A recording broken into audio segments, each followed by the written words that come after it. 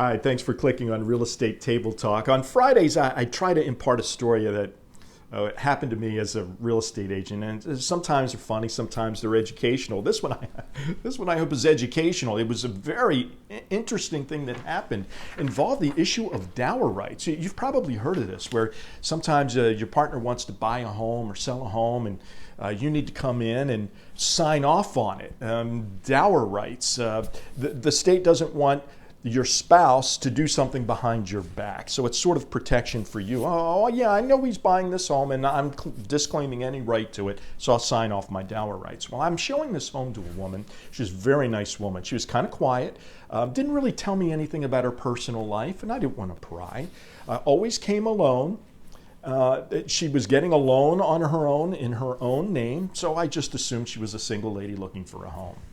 She finds a home. We get to the closing table, and the closing agent says, okay, well, now we need your husband to sign off on his dower rights. Well, I was stunned. I didn't know she had a husband, and she was stunned. She knew she had a husband naturally, but she didn't want to tell him that she was leaving him and buying her own property. But she had to.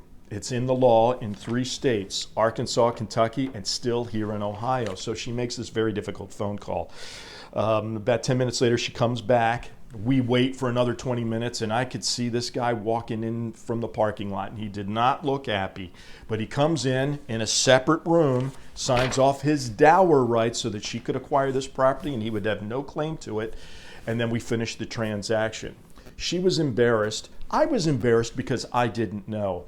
The title company was embarrassed because they didn't know. They didn't understand the dynamics involved here. But everything worked out. He did sign. But you can get into a lot of trouble if your spouse refuses to sign. And it's impossible to buy or sell a property in the state of Ohio. Your spouse needs to know about it. So my advice is, if you are going to buy a property, just know that your spouse is going to have to either sign with you or sign off on their dower rights. These dower rights, even though they're 200 years old, still exist in the state of Ohio.